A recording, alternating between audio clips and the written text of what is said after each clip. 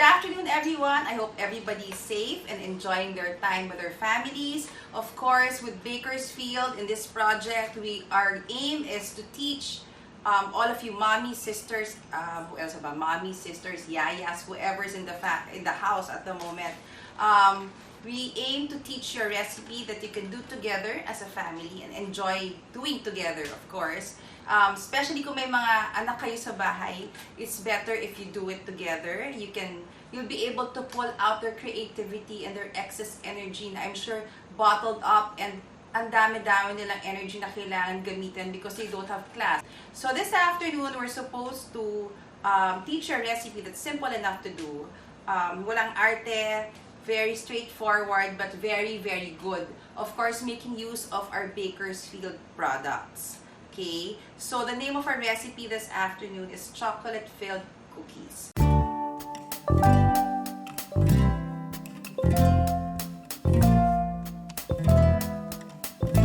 This is going to be messy.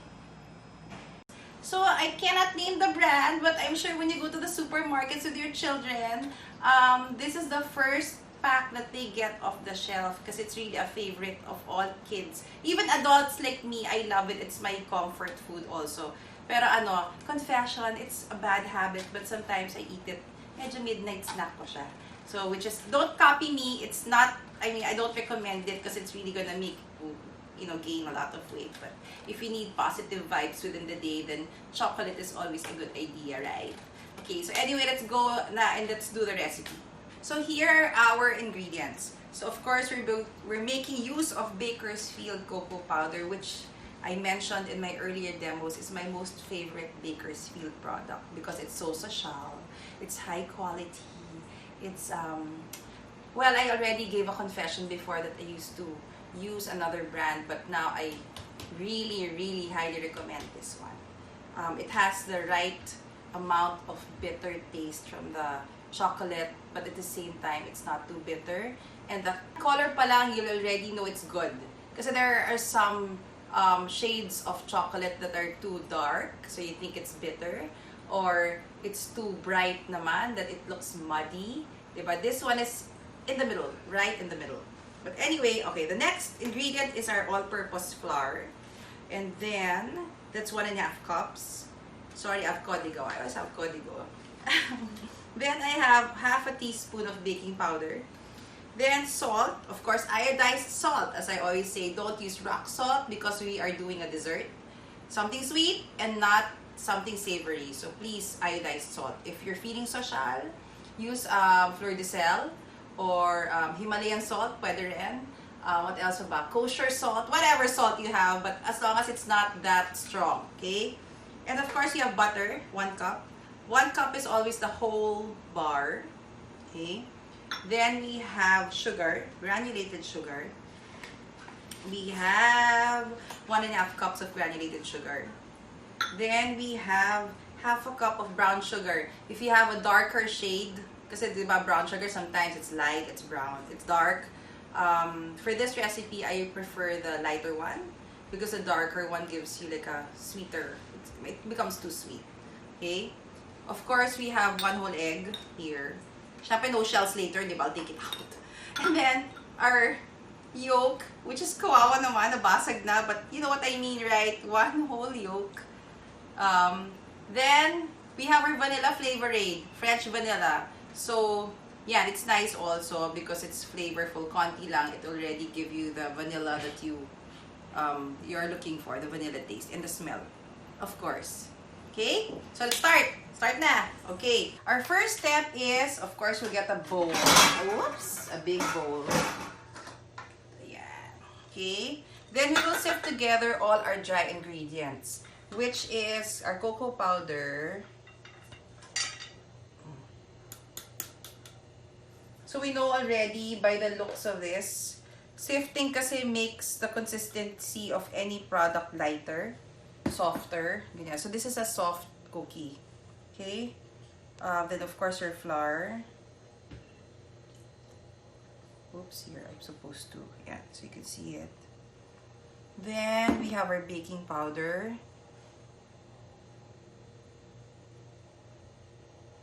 Okay. our salt.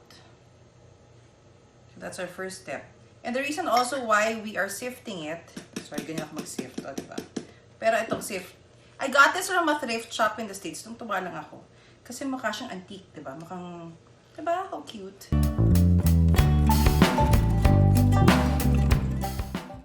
Let's try it this way. Kasi ba't siya may handle?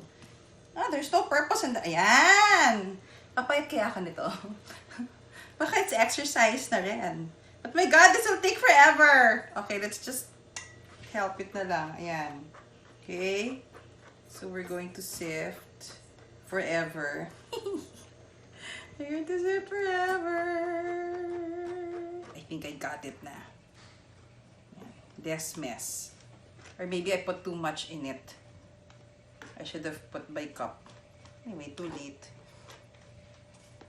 Diba, a messy kitchen is a boring kitchen. So, especially pag may kids kayong kasama, I'm sure it's going to be messier. So, get ready na lang. Wait, I made a mistake.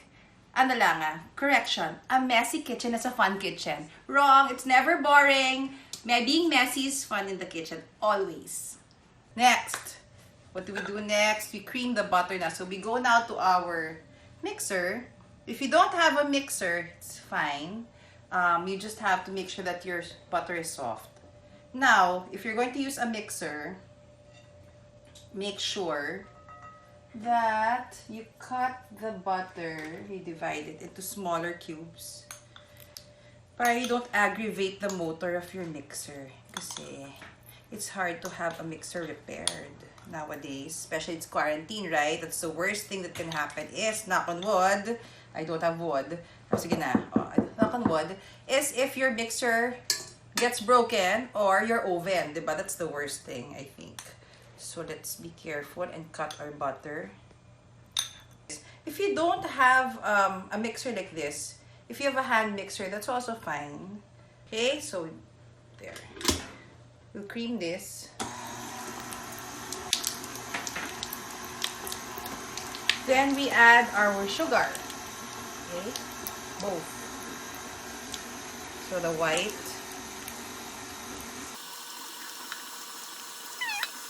And the brown.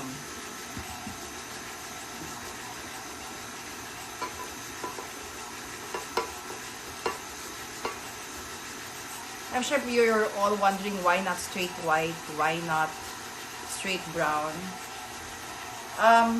Why ba? Why ba? Now, brown kasi gives a sweeter, parang molasses type of flavor. It also becomes like more malagkit, stickier. The white one, it's supposed to make your batter softer. It's like, it turns liquid kasi diba sugar when heat is applied to sugar, it turns into liquid. So, it also, so sugar is not just a sweetener, it's also a softener in your recipes.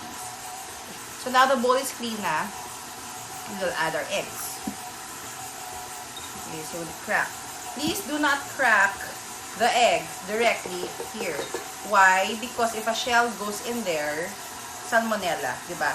Salmonella is like a virus. We don't need another virus, right? So, let's be safe and just crack the egg in another bowl before we put it in our mixer to make sure na walang shells. Okay, so now we add the whole egg and the yolk. We're not scraping the bowl ha, kasi anyway the dough is not, or the dough is not sticking to the sides yet, so no need to scrape. Let's add our vanilla.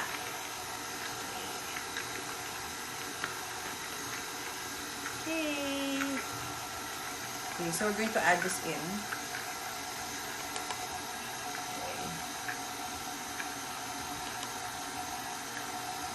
Don't add it all at the same time in one lagayan. Gradually lang.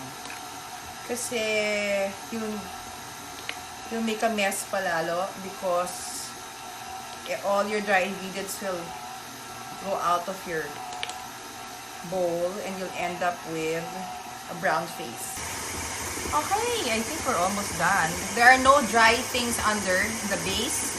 Kasi look, nakalift it stop it first so you'll see it. You'll see like a, parang may powdery pa under. Can you see it? Okay. If that's gone, then we're finished na mixing. Okay? Oh, it's mabango. It's smelling great. Tsaka parang the texture so nice. Okay, now I'm going to get my finger. Kasi we have to chill this in the refrigerator for about an hour. Para the dough will be firm by the time we roll it out. Oh my God. I can just eat this bite on its own. Cookie dough. Sarap. Tara naman ako. Me and my ideas. I can just put this in like a vanilla ice cream mixture and churn. Okay. But of course, there's egg. So, medyo delikado. But it's so bango. I hope you guys can smell it. It's so bango. See, it's so nice. So, see, that's what I was talking about kanina. With other brands of cocoa powder, hindi ganyan yung brown. It's, diba, it's either too orangey brown, am I right? Or it's too blackish brown. But this one's just in the middle. But I'm so tempted to just eat it.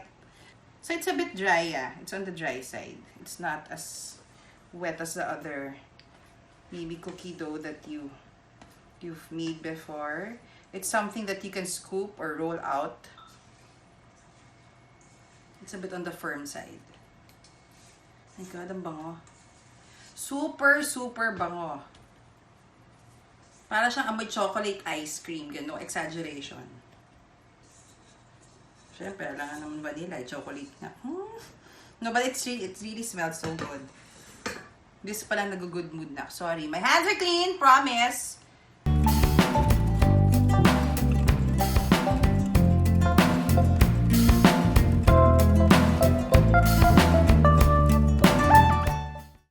So this is our dough.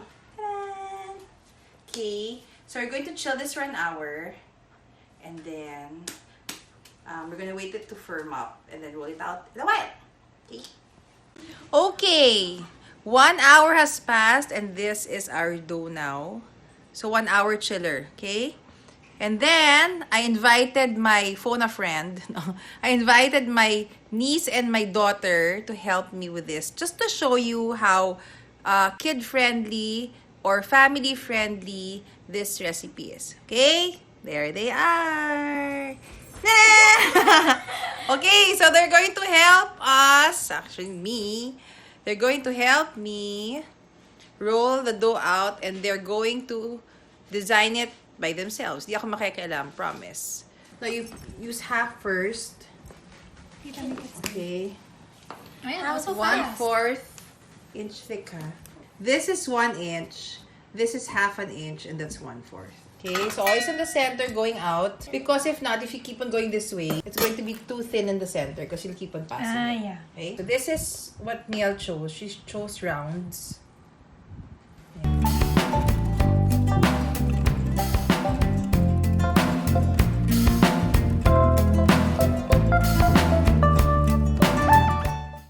Okay, so now we're going to bake this at 325 degrees Fahrenheit preheated oven for like 8 to 10 minutes.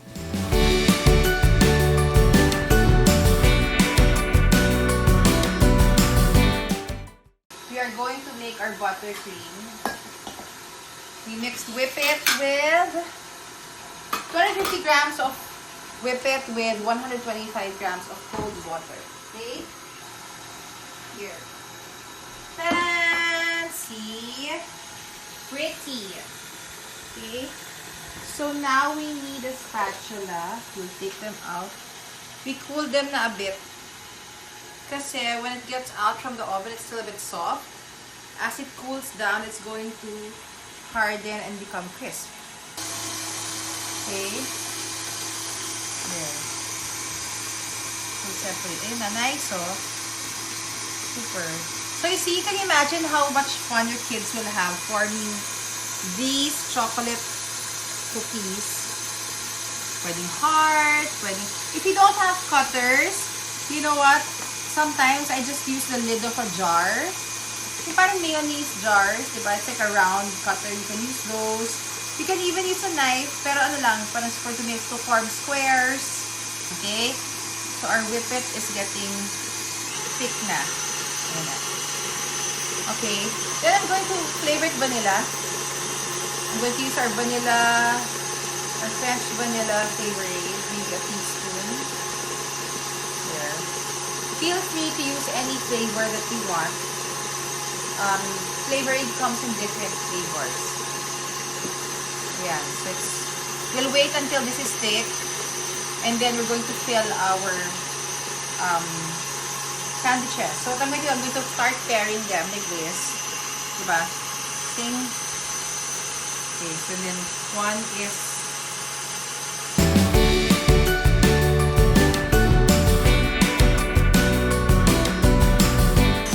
this is not a pair. Guess who made it? I can guess who made this. It's not a pair. Yan. But it's okay. Kaya nga sabi ko kung family lang ang kakain, doesn't matter, diba? What matters is the fun that you had while making this. Bonus na that we're using Bakersfield, so for sure the food, I mean the taste is very good. Okay. Ayan na. Okay, I think this is ready. Looks good. See, it's thick enough. You know when it's ready? When it stands up this way. This way. Okay? Yeah. So I'll make one, and the rest will be made by my assistants kanina while I give some tips maybe on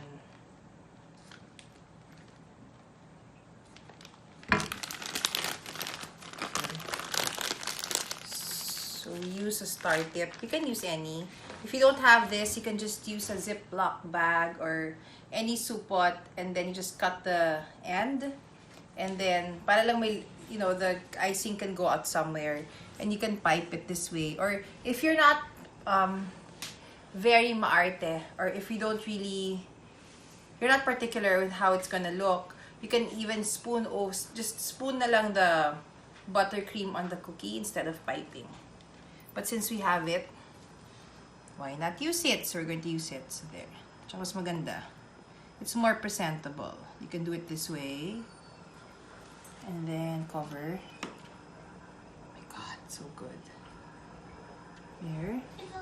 You can just be not maarte about it and just go straight with a spatula.